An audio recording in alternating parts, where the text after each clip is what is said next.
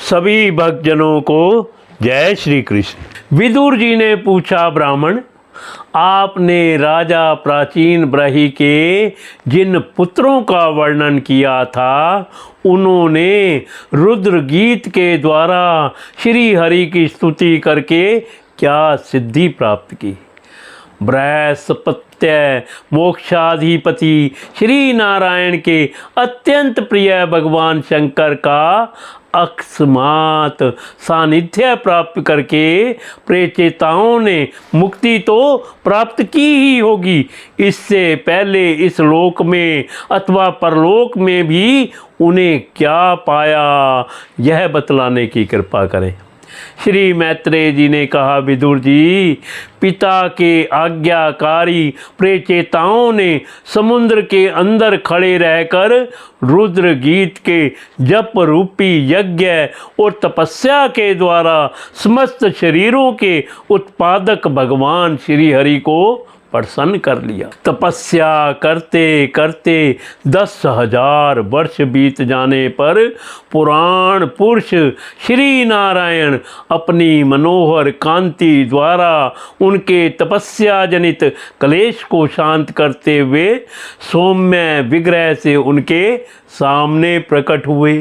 गरुड़ जी के कंधे पर बैठे हुए श्री भगवान ऐसे जान पड़ते थे मानो सुमेर के शिखर पर कोई श्याम घटा छाई हो। उनके श्री अंग में मनोहर पीतांबर और कंठ में कौस्तुभ मणि सुशोभित थी। अपनी दिव्य प्रभा से वे सब दिशाओं का अंधकार दूर कर रहे थे। चमकीले स्वर्णमय आभूषणों से युक्त उनके कमनीय कपोल और मनोहर मुखमंडल की अपूर्व शोभा हो रही थी। उनके मस्तक पर झिलमिलाता हुआ मुकुट शोभायमान था। प्रभु की 8 भुजाओं में 8 आयुध थे। देवता, मुनि और पार्षद गण सेवा में उपस्थित थे तथा गरुड़ जी किन्नरों की भांति सामय पंखों की ध्वनि से कीर्ति गान कर रहे थे। उनकी 8 लंबी लंबी स्थूल भुजाओं के बीच में लक्ष्मी जी से स्पर्धा करने वाली वनमाला विराजमान थी। आदि पुरुष श्री नारायण ने इस प्रकार पधार कर अपने शरणागत प्रेचेताओं की ओर दया दृष्टि से निहारते हुए मेघ के समान गंभीर वाणी में कहा। श्री भगवान ने कहा, राजपुत्रों, तुम्हारा कल्याण हो। तुम सब में परस्पर बड़ा प्रेम है और स्नेहवश तुम एक ही धर्म का पालन कर रहे हो। तुम्हारे इस आदर्श सौहार्द से मैं बड़ा प्रसन्न हूँ। मुझसे वर मांगो।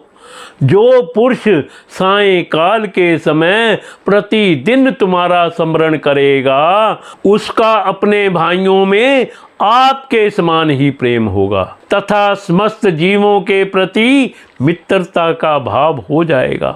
जो लोग सायंकाल और प्रातः काल एकाग्रचित्त से रुद्र गीत द्वारा मेरी स्तुति करेंगे, उनको मैं अभिष्ट वर और शुद्ध बुद्धि प्रदान करूँगा। तुम लोगों ने बड़ी प्रसन्नता से अपने पिता की आज्ञा शिरोधार्य की है। इससे तुम्हारी कमनीय कीर्ति समस्त लोकों में फैल जाएगी।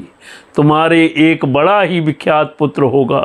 वह गुणों में किसी भी प्रकार ब्रह्मा जी से कम नहीं होगा और अपनी संतान से तीनों लोकों को पूर्ण कर देगा। राजकुमारों, कंडू ऋषि के तपोनाश के लिए इंद्र की भेजी हुई प्रमलोचा अप्सरा से एक कमल नयनी कन्या उत्पन्न हुई थी। उसे छोड़कर वह स्वर्गलोक को चली गई। तब वृक्षों ने उस कन्या को लेकर पाला पोसा। जब वह भूख से व्याकुल होकर रोने लगी, तब ओष्ठियों के राजा चंद्रमा ने दयावश उसके मुंह में अपनी अमृत वर्षनी तर्जनी उंगली दे दी।